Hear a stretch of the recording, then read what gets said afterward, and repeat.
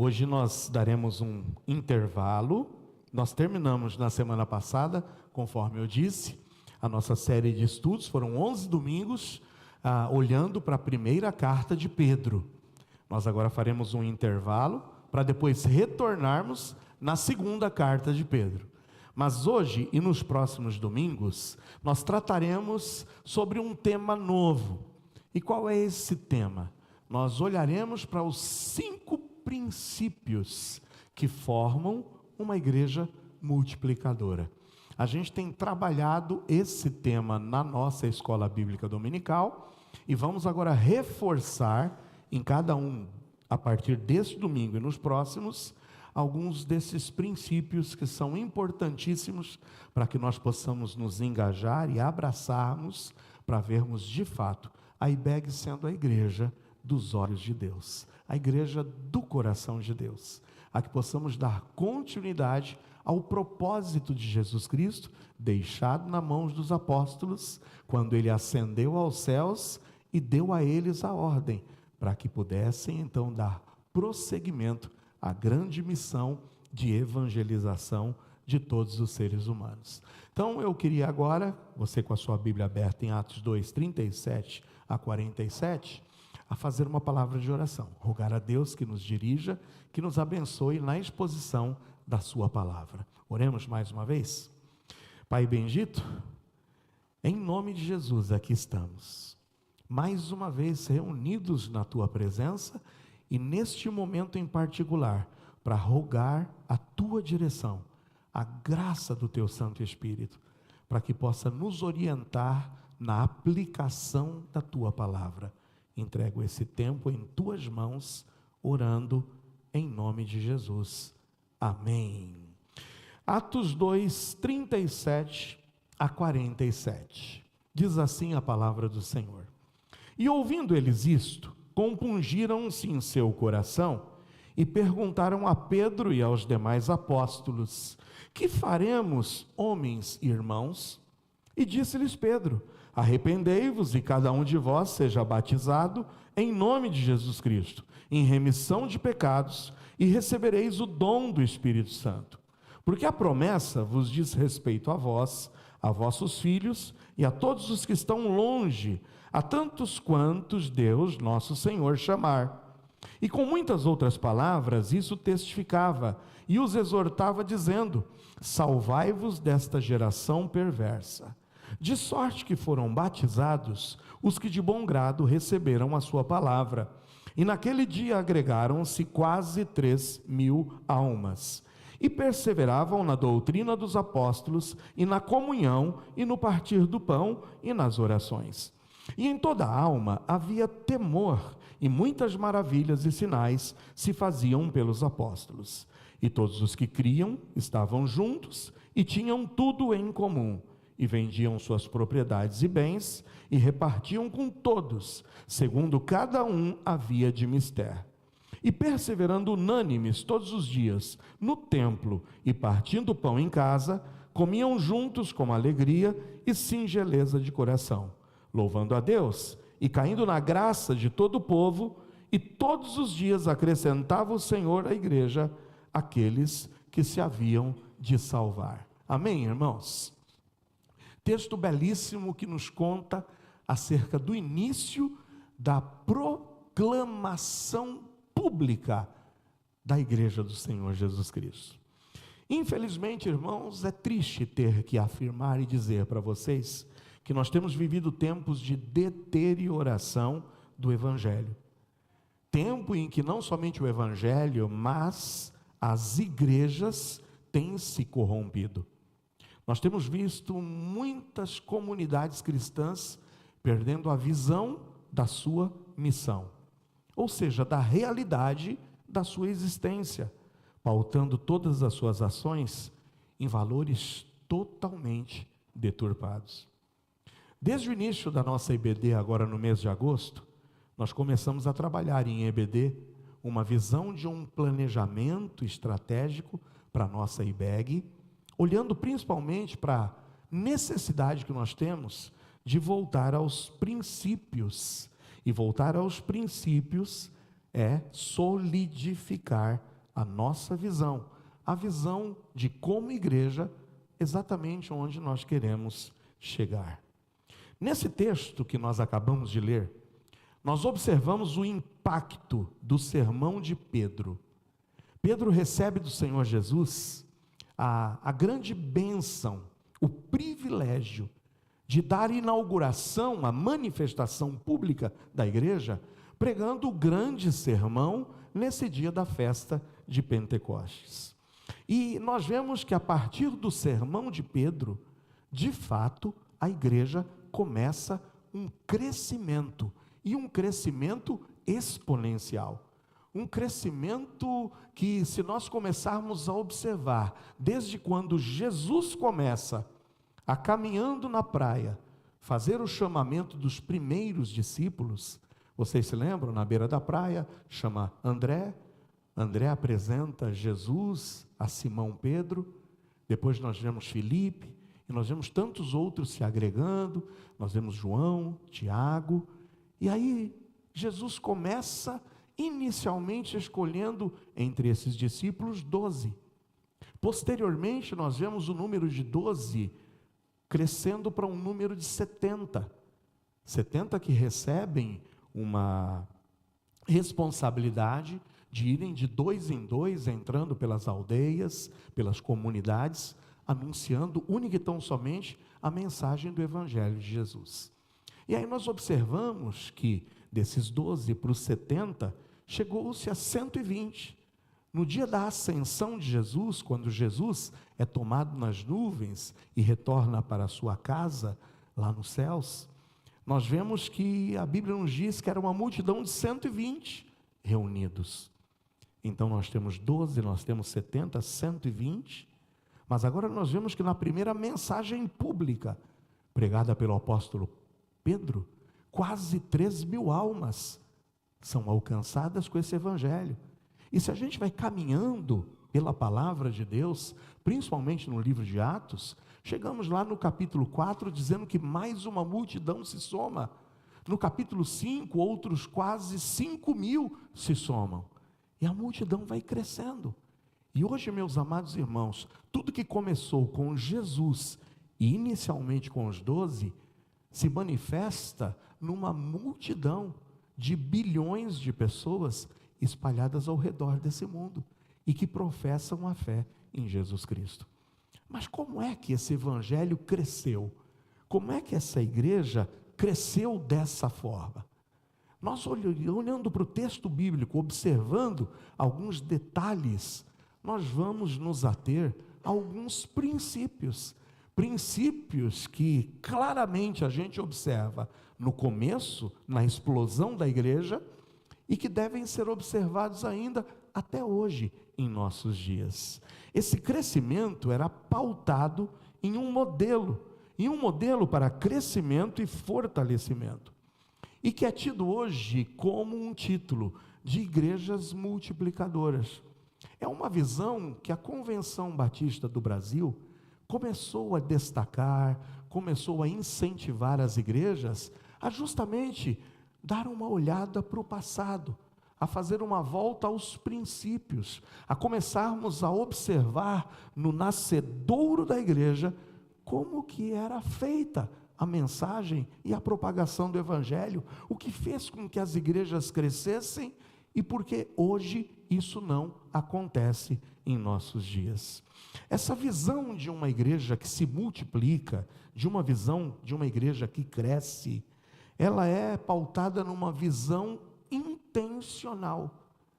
Nós vamos observar que em todos os atos da igreja do Novo Testamento havia intenção, e uma intenção deliberada. As coisas não eram feitas a esmo, as coisas não eram feitas simplesmente como vinha na cabeça de cada um dos apóstolos, não, mas tudo tinha um roteiro pré-determinado pelo próprio Senhor Jesus, na experiência e no modelo que ele deixou aos seus apóstolos.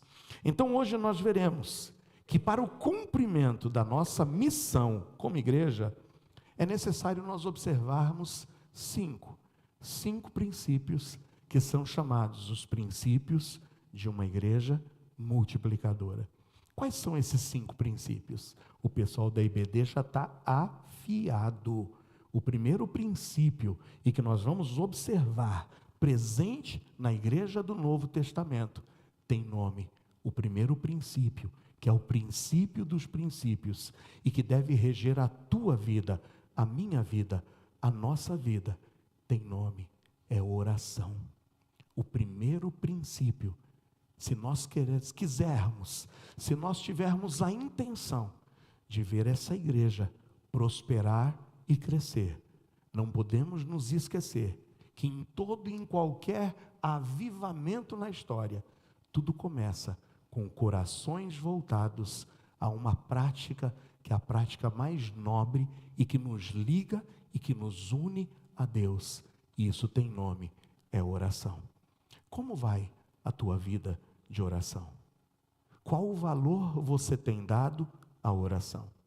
Veja que aqui, exatamente no versículo 42 do texto que acabamos de ler, Lucas, que é aquele que escreveu o relato, ele deixa claro que os apóstolos e toda a multidão daqueles que permaneceram seguindo a Jesus, perseveravam na doutrina dos apóstolos, perseveravam na comunhão, perseveravam no partir do pão, mas perseveravam nas orações. Perseverança nas orações. Uma igreja que almeja crescer, uma igreja que almeja cumprir com o papel que lhe foi determinado, plantado na comunidade onde está, é uma igreja que precisa de fato amar e viver a oração. Uma igreja multiplicadora é uma igreja em avivamento constante. E quando eu digo avivamento, irmãos, eu não estou falando de práticas esotéricas, eu não estou falando de manifestações místicas. Quando a gente fala de avivamento, qualquer cena de avivamento na palavra de Deus ou no decorrer da história, tem na volta de um povo a sua origem, na volta do povo a raiz, é olhar para dentro de si e arrepender-se dos seus pecados, em reconhecer a sua pequenez, em reconhecer a sua rebeldia, em reconhecer as suas práticas que vão contra a determinação de Deus. E esse arrependimento tem que nos levar a uma confrontação com essa palavra. E a confrontação com essa palavra nos levará a um arrependimento. E tudo isso é fruto de oração. Eu não me canso de dizer a vocês que lá em Provérbios está escrito que o princípio da prosperidade para a tua vida, eu digo da prosperidade espiritual, é você reconhecer os seus pecados, se arrepender dos seus pecados e deixar os seus pecados. Porque quem arrepende e deixa, esse alcança o quê? Misericórdia. Mas o que encobre as suas transgressões jamais prosperará. Então a oração é a chave de uma igreja que deseja experimentar um avivamento. O pastor Fernando Brandão, que é um dos pastores da Convenção Batista do Brasil, tem uma frase que eu gostaria de destacar para vocês. O pastor Fernando diz o seguinte: teremos uma grande colheita e uma imensa multiplicação se fizermos da oração um estilo de vida. A oração não deve ser um evento isolado, separado. A oração não deve ser simplesmente a prática de um culto de meio de semana. A oração não deve se constituir em uma reza, em que eu, com palavras repetidas, queira, quem sabe, estar de bem com Deus, repetindo algumas palavras que vão me tornar ligado com Ele. A oração tem que ser um respirar na sua vida. A oração tem que fazer parte da história da tua vida. A igreja primitiva, a igreja de Atos, era uma igreja que se dedicava à oração constante, porque reconheciam a total dependência de Deus. E a oração era a base de todas as suas atividades, conectando-os com a vontade divina e fortalecendo a unidade entre os crentes. Você sabe como é que começou a igreja? No livro de Atos? Vira a página e vai no capítulo 1 comigo. Veja o que diz no capítulo 1 de Atos, versículos 12, 13 e 14. Note que no versículo 10, Jesus é assunto aos céus. No versículo 11, vem os dois varões e diz: por que vocês estão olhando? Esse mesmo Jesus que foi tomado nos céus, como vocês estão vendo, é o mesmo Jesus que retornará da mesma forma, visível, como vocês o viram subir. E aí nos diz no versículo 12 o seguinte: então voltaram para Jerusalém, do monte chamado das Oliveiras, o qual está perto de Jerusalém, à distância do caminho de um sábado. E entrando, subiram ao cenáculo, onde habitavam Pedro, Tiago, João, André, Filipe, Tomé, Bartolomeu, Mateus, Tiago, filho de Alfeu, Simão Zelote e Judas, irmão de Tiago. E note, esses 11 estavam ali e perseveravam unanimemente. E perseveravam unanimemente em quê, irmãos? Em oração e súplicas, juntamente com as mulheres, e juntamente com Maria, mãe de Jesus, e com seus irmãos. Vocês notam que o retorno deles para Jerusalém, em obediência ao mandamento de Jesus. Lembra que quando Jesus ressuscita, as mulheres adentram ao sepulcro, e vem então a ordem: volte, diga para que os meus discípulos voltem para Jerusalém, e lá me aguardem, até que do alto sejam revestidos do poder. Eles voltam para Jerusalém, e eles estão aqui agora reunidos. E o que fazia parte intrínseca e importante dessa reunião? A oração. Enquanto eles oravam e suplicavam ao Senhor, veio o revestimento dos altos céus, e veio o início da igreja lá em Jerusalém. Irmãos, se quisermos viver um avivamento aqui na IBEG, se quisermos ver essa igreja de fato cumprindo com o papel que lhe foi determinado, nós precisamos voltar às origens. E voltar às origens é voltar a ser uma igreja que ora e que suplica e que se derrama diante do seu Criador. Para o crescimento saudável de uma igreja, a oração deve ser central, movendo cada decisão e cada ação. Nós não podemos simplesmente ir segundo o que pensamos, ou determinamos, ou segundo a nossa capacidade, ou segundo o nosso desejo, e a nossa visão própria, ou os nossos sonhos. Mas nós devemos caminhar, e o nosso caminhar deve ser pautado na oração e nas súplicas. Eles oraram para começar a igreja, eles oraram para a escolha da liderança. Note que antes de encontrarem alguém que pudesse substituir o suicida Judas, eles buscaram a presença e a orientação do Senhor.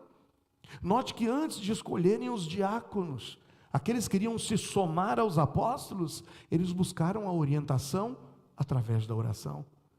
Note que a oração era presente em todas as atividades da igreja do Novo Testamento. Eles oraram para que Deus providenciasse o livramento a Pedro. Pedro havia sido aprisionado por pregar a palavra. E a Bíblia nos diz que a igreja estava como? Em intensa oração, para que Deus pudesse fazer um milagre e que Pedro pudesse ser libertado. E é interessante que enquanto a igreja orava a portas fechadas, nós vemos que Pedro já havia sido liberto. E Pedro estava lá batendo na porta. E quando a pequena jovenzinha que estava na reunião de oração foi lá, ouviu a voz de Pedro, disse: Pedro está aí batendo na porta, abra a porta para Pedro. E todos que estavam orando pela libertação de Pedro, fizeram o quê? Duvidaram. Que Pedro que nada. Espera aí, nós estamos orando para quê?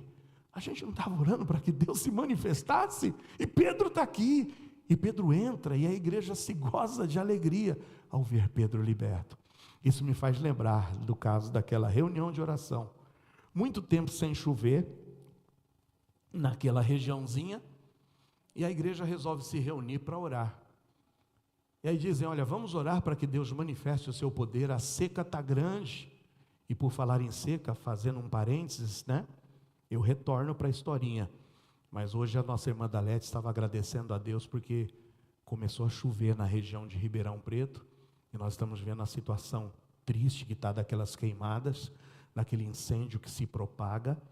Então, graças a Deus que na região lá de Ribeirão começou a chuva, e nós louvamos e bendizemos ao Senhor, porque está chegando numa hora propícia. Mas eu sei que naquela cidadezinha estava todo mundo orando, aquela seca, tanto tempo que não chovia, e a igreja marcou uma reunião de oração. Vamos orar hoje? Pedir a Deus para que venha a chuva? E aquela senhorinha foi para a reunião de oração. E sabe o que a senhorinha levou? O guarda-chuva. E quando ela chegou lá, o pessoal, mas irmã, olha aqui um tempo seco desse, para que a irmã está de guarda-chuva?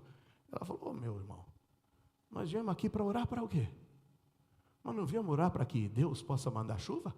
Eu já trouxe o meu guarda-chuva, porque eu tenho certeza que Deus vai nos ouvir, amém ou não? Isso reflete um pouco. Nós muitas vezes estamos orando, irmãos, mas sem confiança, sem fé, orando simplesmente para um cumprimento de agenda. Mas a oração na vida da igreja primitiva era, na realidade, um caso de vida ou morte. Eles se mantinham vivos e demonstravam que estavam vivos, porque tinham na oração a respiração das suas almas. Irmãos, não somente oraram pela libertação e pelo livramento de Pedro, mas o que a gente vê é que em meio às provações e às mais intensas dificuldades, como por exemplo no momento em que Paulo e Silas estavam aprisionados, presos a um tronco, encarcerados, a Bíblia diz que por volta de meia-noite, o que fazia Paulo e Silas? Oravam e cantavam. O quanto a oração tem sido importante na sua vida? Qual valor você tem dado à oração? O quanto você tem se dedicado? Lembra que em EBD eu disse para vocês que nós precisamos buscar estratégias, irmãos. A gente não precisa ficar se encostando nas orações únicas e tão somente dos outros por nós. Vocês já ouviram aquela que tem um irmão, que é o irmão 6 horas? Qual é o irmão 6 horas?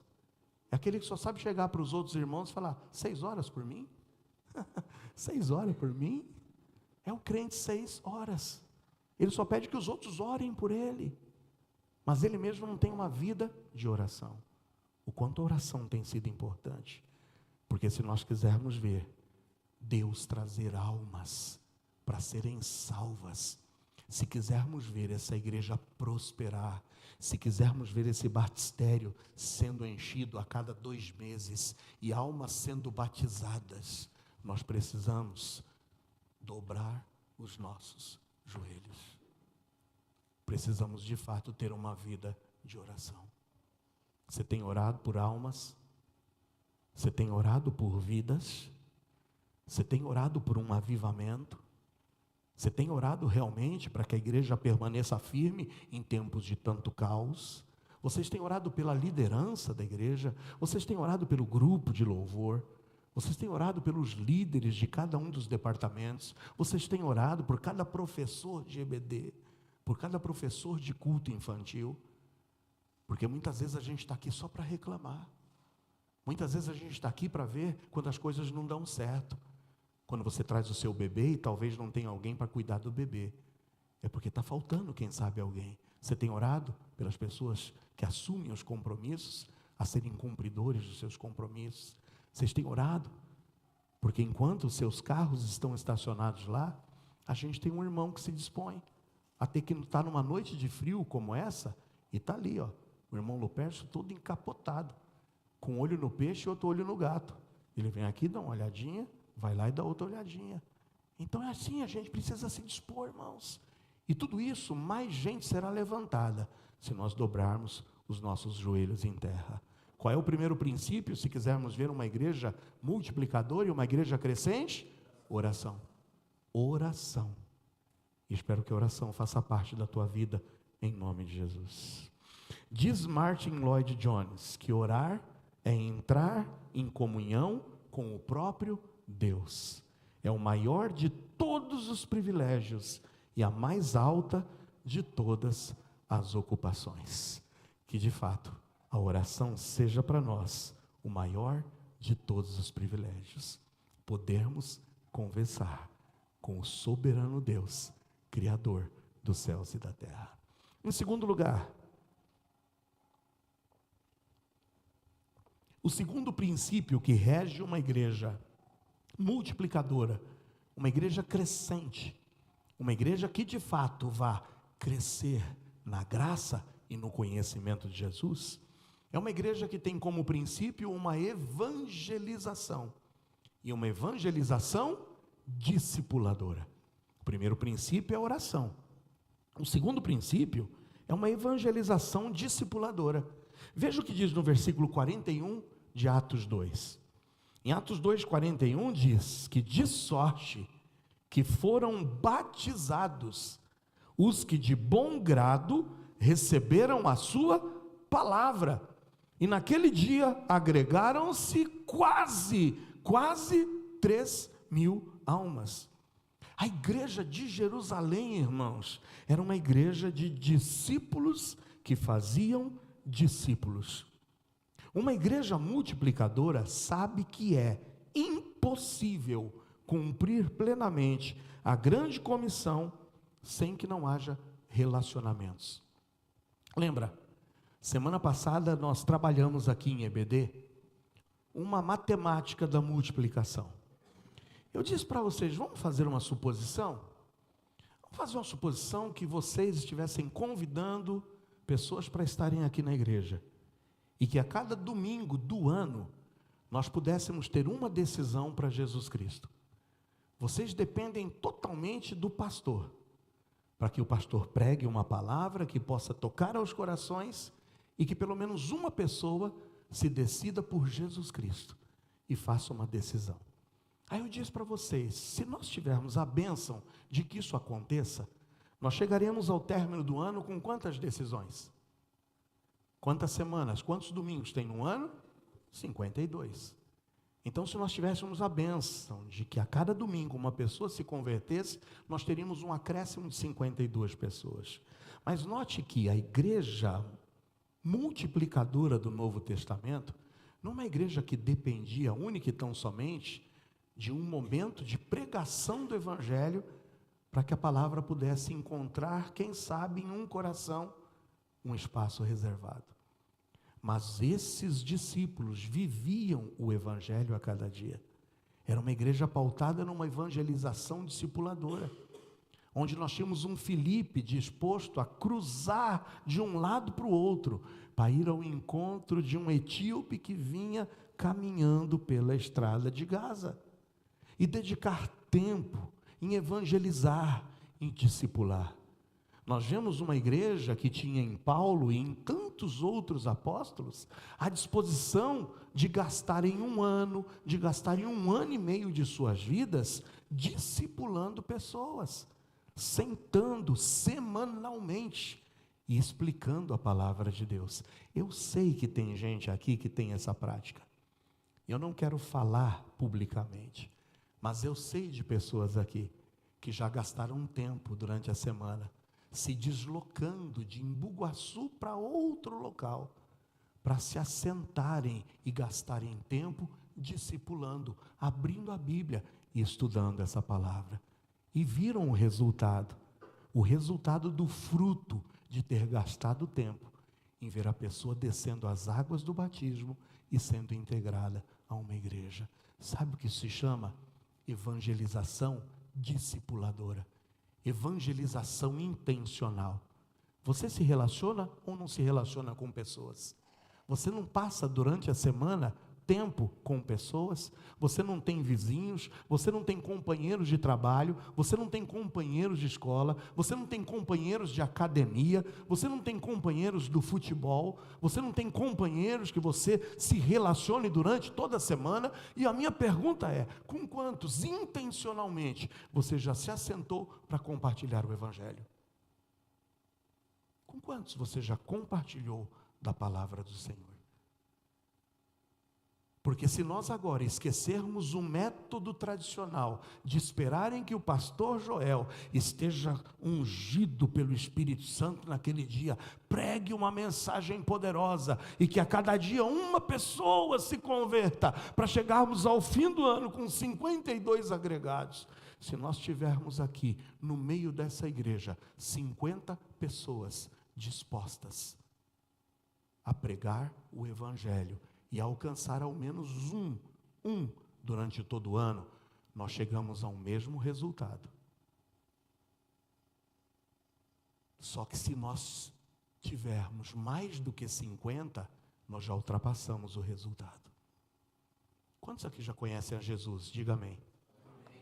Quantos aqui conhecem o que é o Evangelho de Jesus? Amém ou não? Se você sair daqui disposto, se nós tivermos 70 dispostos a gastar tempo durante um ano para alcançar nós já chegamos ao fim do ano com 70. Só que se esses 70 forem instruídos, os 70 juntando com 70 já são 140, que estiverem dispostos a num segundo ano continuarem dando prosseguimento a uma evangelização intencional e discipuladora, nós já dobramos para 280. E num terceiro ano já vamos para 560. E num quarto ano já vamos para 1120. E num quinto ano já chegaríamos a 2240. Basta que você assuma o teu papel de dizer: ó Deus, me faça um evangelista discipulador. E nós não vamos ver somente nem 2, nem 3. Mas vamos ver aqui as multidões chegando, impactadas pelo teu testemunho e por você abrir a boca e simplesmente falar acerca do que Jesus Cristo fez na sua vida. Irmãos, uma igreja multiplicadora sabe que é impossível cumprir plenamente a grande comissão sem que não haja relacionamentos. Irmãos, as decisões que nós temos ocorrem aqui na nossa igreja, graças a Deus, por relacionamentos. Mas são poucos que estão se relacionando intencionalmente, com a possibilidade, com a intenção e com a realização de trazer alguém de fato. Não para ouvir o pastor Joel e se converter, mas trazer o fruto já aqui colhido, e colhido por você mesmo. Louvado e bendito seja o Senhor. Por isso, a palavra de Deus nos encoraja, ela nos mobiliza a nós, de fato, assumirmos o nosso papel, a desenvolvermos relacionamentos discipuladores. Há uma frase célebre que diz que quando uma igreja exala discípulos mais convertidos, inala convertidos, e dessa forma ela cresce. Ou seja, quando uma igreja exala discípulos, ela inala convertidos. Sabe que a nossa respiração é feita disso: inspiração e expiração. Quando a igreja expira discípulos, ela vai inspirar convertidos. Se você sair dessa porta decidido a encarar o campo missionário lá fora, essa igreja vai inspirar mais convertidos para a honra e glória do Senhor Jesus. Evangelismo sem discipulado é um engano, e discipulado sem evangelismo é uma ilusão. Então, amados, saia daqui decidido: faça de mim, Senhor, um evangelista. Mas não somente um evangelista, é alguém que esteja disposto a gastar tempo, a fazer com que o teu discípulo amadureça, cresça na graça e no conhecimento de Jesus. Uma igreja multiplicadora é uma igreja que persevera na oração, mas é uma igreja que inspira convertidos, porque expira evangelização discipuladora. Em terceiro lugar, plantar igrejas. A gente precisa, irmãos, ter a disposição de que a gente possa sonhar e vislumbrar a cidade de Embu Guaçu sendo alcançada pelo Evangelho, para que mais IBEGs existam por aqui, proclamando o genuíno Evangelho do Senhor Jesus. Existem igrejas em Embu Guaçu, mas a minha pergunta é, sem querer aqui fazer juízo de valor e nem nominar igrejas, mas em quantas das igrejas de Embu Guaçu, nesse exato instante, o evangelho de Jesus, que confronta o pecador com os seus pecados, tem sido pregado? Em quantas igrejas, de fato, o evangelho tem sido anunciado? E nós precisamos sonhar com mais igrejas aqui impregnando a nossa cidade com o evangelho de Jesus. E essa igreja, a IBEG, precisa ter a visão de multiplicação, de propagação do evangelho, de envio de mais gente. Eu disse que o meu sonho, irmãos, é ver cada casa sendo transformada numa casa de paz, cada casa sendo transformada em uma casa de salvação. A que você no teu bairro se disponha: pastor Joel, minha casa está aberta para ser uma casa onde o evangelho seja anunciado. Você imagina a nossa igreja pregando o evangelho na Norgang, pregando o evangelho no Lagoa Grande, pregando o evangelho no Filipinho, pregando o evangelho no Industrial, pregando o evangelho no Flórida 2, pregando o evangelho mais para frente, seja lá no Penteado, onde quer que seja. Onde é que você mora, meu irmão? Eu moro no Cipó. Imagina a tua casa aberta como uma casa de salvação e uma casa de paz, onde o evangelho seja pregado e onde a gente possa ver igrejas se multiplicando através do evangelho sendo pregado através da tua casa. Você imagina chegando um visitante aqui e a gente saber: não, onde que você mora? No Flórida? Tem uma casa lá para te acolher durante a semana. Tem esse irmão aqui que vai compartilhar contigo o discipulado no meio dessa semana. E a gente tem uma igreja engajada e não simplesmente esperando chegar o domingo, para que do púlpito da igreja o pastor possa fazer o nosso papel. Irmãos, esse tem que ser um tempo de comunhão, um tempo de salvação também. Mas a gente não pode esperar que o nosso crescimento venha único e tão simplesmente das pregações que serão pregadas a cada domingo, se nós não estivermos dispostos a cumprir o nosso papel e a multiplicarmos a IBEG nos vários bairros em que nós estamos aqui.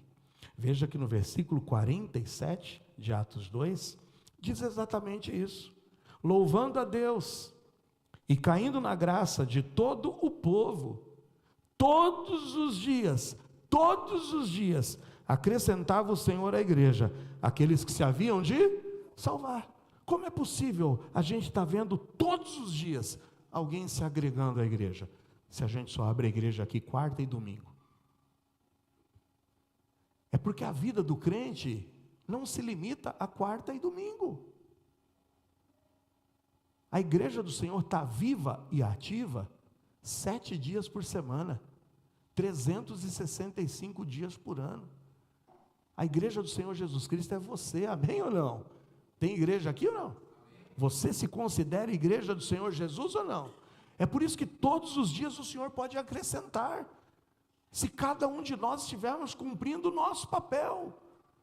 É você fazendo papel na tua vida, na tua casa, no bairro onde você está, no teu trabalho, nos teus relacionamentos. Nós não podemos nos calar, nós temos que viver o evangelho, e essa igreja crescerá para a honra e glória do Senhor Jesus. A igreja, irmãos, é um corpo vivo. Assim como tudo que é vivo precisa crescer e se reproduzir. Por isso que a igreja deve crescer e se reproduzir. Isso vem através da plantação de novas igrejas. Eu sonho em ver outras IBEGzinhas nascendo para a honra e glória do Senhor Jesus. Irmãos, evangelismo é a igreja crescendo onde está. Se nós crescermos aqui onde nós estamos, é sinal que nós estamos evangelizando. Mas Ralph Winter diz que evangelismo é a igreja crescendo onde está, mas missões é a igreja crescendo onde ela não está. Por isso que nós precisamos ser uma igreja que cumpra com a comissão. não somente crescermos onde aqui estamos, mas também fazermos missões e fazermos a igreja crescer onde ela ainda não está. Bom, já vimos aqui 3 princípios. O que é que faz de uma igreja realmente multiplicadora e crescente? Primeiro, oração. Em segundo, a evangelização discipuladora, o discipulado. É você estar disposto a propagar o evangelho, a fazer o seu papel. E dessa forma, virá naturalmente o quê? A plantação de novas igrejas, o surgimento de novos pontos de pregação, o surgimento de novas casas de oração. Porque a gente vai ver que só é possível a igreja crescer, e todos os dias tínhamos decisões, porque todos os dias eles perseveravam, seja quando estavam no templo, aqui, ou seja quando estavam nas suas casas. O quanto a tua casa tem sido uma casa de paz, uma casa de oração? Você tem ao menos discipulado os teus filhos? Você tem ao menos feito o teu papel com os da tua casa? 3 princípios. 4, é isso, a formação de líderes. Porque, irmão, se a gente quer que todo mundo aqui, de fato, saiba o que fazer e como evangelizar e como discipular, se a gente quer ver casas sendo abertas para evangelizar e para discipular, nós precisamos o quê? Formar líderes, capacitar as pessoas a saberem como fazer. Você sabe como evangelizar alguém? Você sabe como abrir a Bíblia e conduzir alguém ao caminho da salvação? Talvez você diga: não, pastor, eu não tenho firmeza, eu não tenho segurança. Marca aí, próximo domingo, 17h10, EBD na IBEG. Sabe onde fica a IBEG? Aqui. 17h10, próximo domingo, vai começar a primeira aula de evangelismo. Você vai saber como compartilhar, como apresentar a salvação. Um método, e depois nós vamos ver outros métodos. Mas eu não quero ninguém chegar ao término desse ano e não querendo dizer: pastor, estou engajado. A IBEG vai ser uma igreja multiplicadora, porque eu vou me colocar à disposição para ser um evangelista discipulador. Eu sei como apresentar o evangelho, eu sei como confrontar a pessoa, eu sei como levá-la ao crescimento e ao discipulado nessa palavra. Então conta comigo, e nós vamos ver, a partir do próximo ano, essa igreja crescente, para a honra e glória do Senhor Jesus. Com quantos eu vou poder contar? Quantos virão na próxima EBD? Hoje a gente estava com a classe repleta, mas cabe mais. Tem um espaço reservado para você aí. É só você deixar o futebol de lado, é só sair um pouquinho mais cedo da cama e estar disposto a chegar aqui às 17h10 no próximo domingo. Formação de liderança. A formação de líderes é a chave dentro dos planos do Senhor, de chegarmos até os confins da terra. Irmãos, como é que o nosso irmão Noel um dia decidiu ir embora lá para a Bandeira Branca? Era membro, conheceu a Cristo aqui, se converteu aqui conosco. Irmão Noel foi sendo formado, foi sendo abençoado, fiel, assíduo às EBDs, fiel, assíduo a uma primeira classe de liderança que a gente começou, fiel, assíduo a abrir o seu coração, a ir para um preparo teológico, e hoje está lá, cumprindo com o papel que Deus lhe confiou. Como é que o irmão Maurício hoje está lá, em Santa Terezinha, cumprindo com o papel que lhe foi designado? Eles são especiais, eles são pessoas sobrenaturais, são crentes como você e eu somos. O que nós precisamos é estar dispostos. Você está disposto a gastar tempo, a estudar a palavra? Em breve eu vou anunciar a nossa classe de liderança, a nossa classe, para que a gente possa crescer na doutrina dos apóstolos, que a gente possa crescer de fato em todos os ingredientes necessários, para que sejamos defensores dessa palavra e possamos dar prosseguimento a essa obra. Obra que um dia começou aqui em 2000 em Bugaçu. E que um dia pastor Joel vai embora. O Senhor pode me recolher. Mas eu quero saber que essa igreja tem uma liderança firme, forte, e que vai dar prosseguimento a que essa igreja continue crescendo para a honra e glória do Senhor Jesus. Infelizmente, irmãos, muitos grandes líderes do passado têm apostatado da fé. Alguns se levantam para quererem atualizar a Bíblia. Irmãos, eu não estou falando que a Bíblia não possa ser contextualizada. Contextualizada, eu digo, é nós aplicarmos a Bíblia para os nossos dias. É nós usarmos exemplos dos nossos dias. É nós olharmos lá, por exemplo, antigamente falava que a purificação era em talhas de pedra. É a gente hoje dizer o que a gente pode comparar as talhas de pedra para os nossos dias. Eu estou dizendo que a gente pode e deve sim trazer os exemplos do cotidiano para as aplicações bíblicas. Isso é contextualizar. Isso é contextualizar. Agora tem gente querendo atualizar.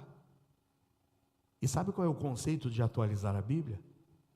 É dizer que o que era pecado no passado não é mais hoje. É simplesmente dizer que a gente não pode mais considerar, quando a Bíblia dizia que aquilo era pecado, hoje em nossos dias a sociedade mudou, e isso não pode mais ser pecado. Pecado é e sempre será pecado, amém ou não? Pecado é e sempre será. Agora tem grandes homens querendo atualizar a Bíblia. Tem grandes teólogos do passado que já foram pessoas defensoras, irmãos, de uma doutrina firme e fiel. E eu ouvi esses dias de um pastor desses grandes, que sabe o que ele disse? Que olha, quando a Bíblia diz que Jesus caminhou por cima das águas, a gente não pode encarar isso como sendo literal. Porque para caminhar por sobre as águas, a gente precisa de um barco, ou de uma prancha, ou de um esqui. A gente não pode dizer que Jesus caminhou por sobre as águas. Isso é uma força de expressão. Isso é uma linguagem figurada. Irmãos, se Jesus não tivesse poder para andar por sobre as águas, ele teria poder para ressuscitar um morto? Então isso também é figurado? Se ele não tem poder sequer para caminhar sobre as águas, ele teria poder para alimentar uma multidão de 5.000 homens com 5 pães e 2 peixes? Será que ele teria poder para ter saído daquele túmulo e deixá-lo vazio?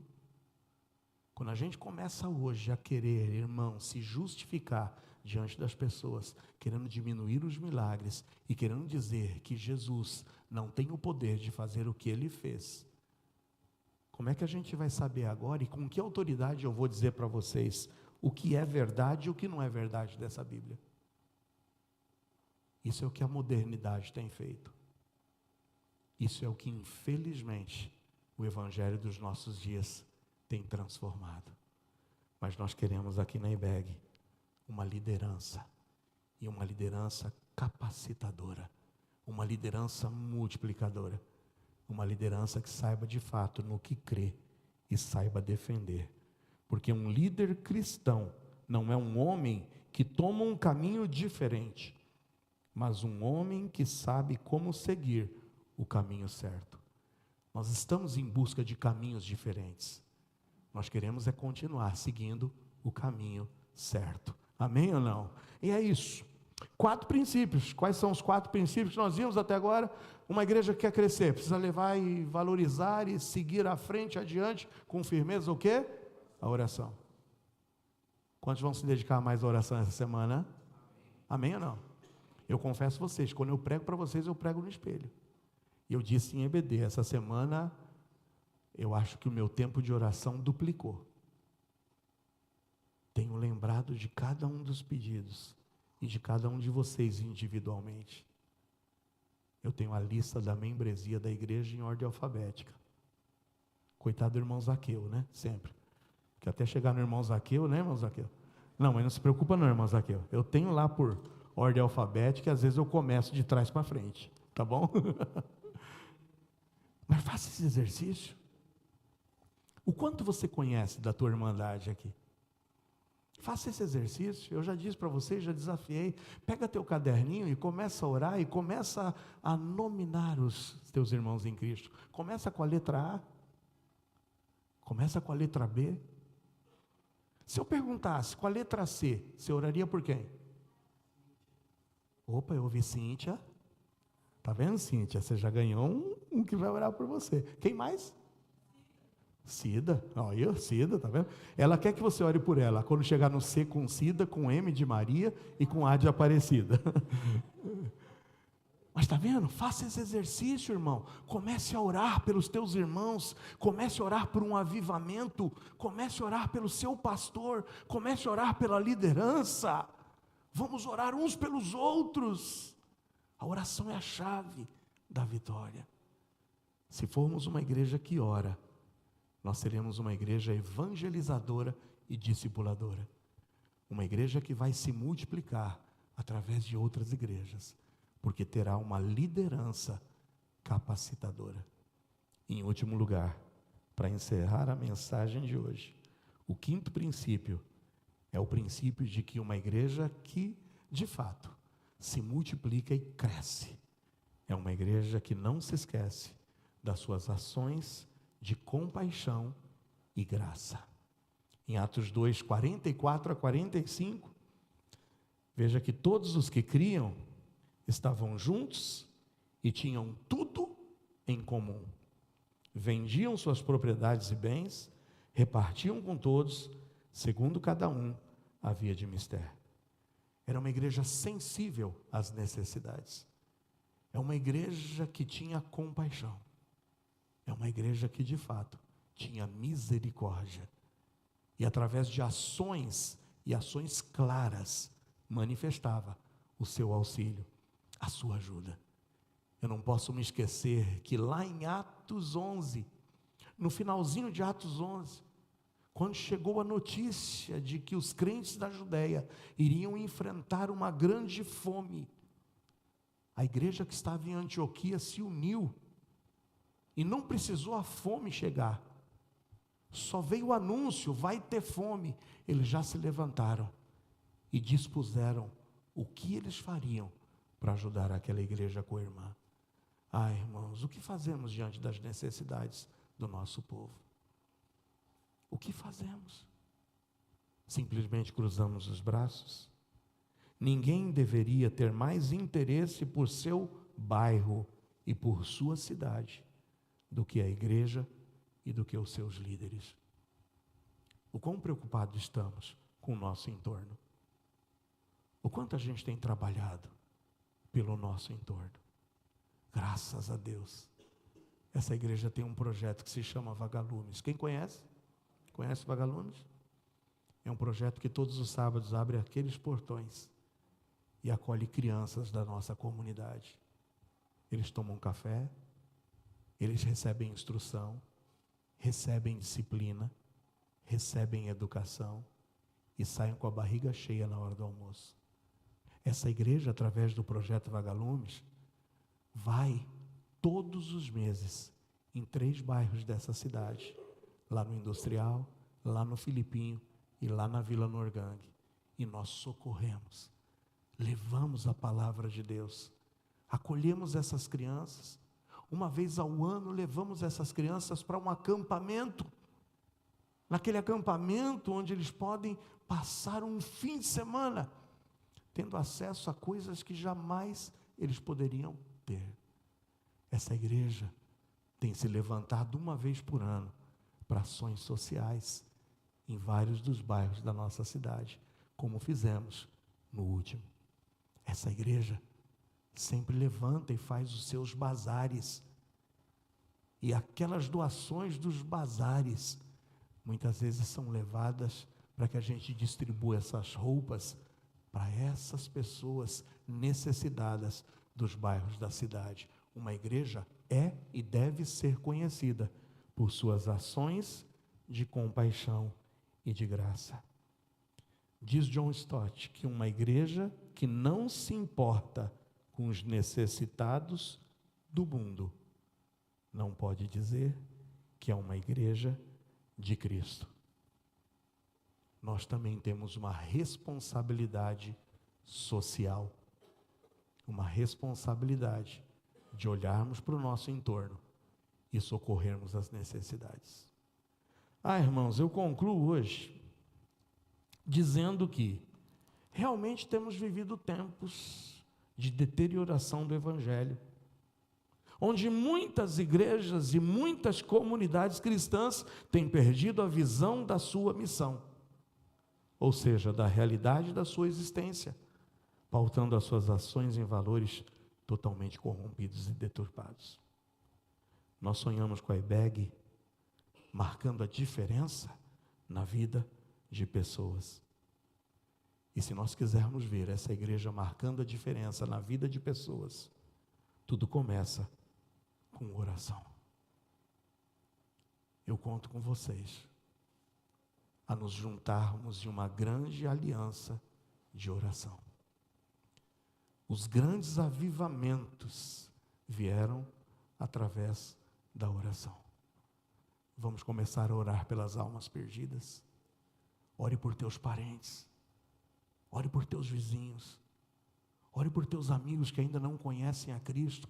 E esteja disposto a dar um passo de fé, a compartilhar o Evangelho, a abrir a tua Bíblia, a marcar um café, a convidar para um almoço, a convidar, quem sabe, para uma saída, mas não somente para rirem, se divertirem, jogarem, mas onde intencionalmente você esteja disposto a abrir essa palavra e falar de Jesus, apresentar aquele que mudou a tua vida, como aquele que pode mudar a vida de todo aquele que se achegar à verdade. Meus amados, eu quero ver resultados para essa igreja, mas nós não precisamos e não podemos de forma alguma esperar simplesmente do púlpito. Nós temos que fazer a nossa parte. Oração, evangelização, liderança, plantação de igrejas, ações de graça e compaixão. Que Deus faça da IBEG uma igreja segundo o coração de Deus. Fecha seus olhos. Vamos orar.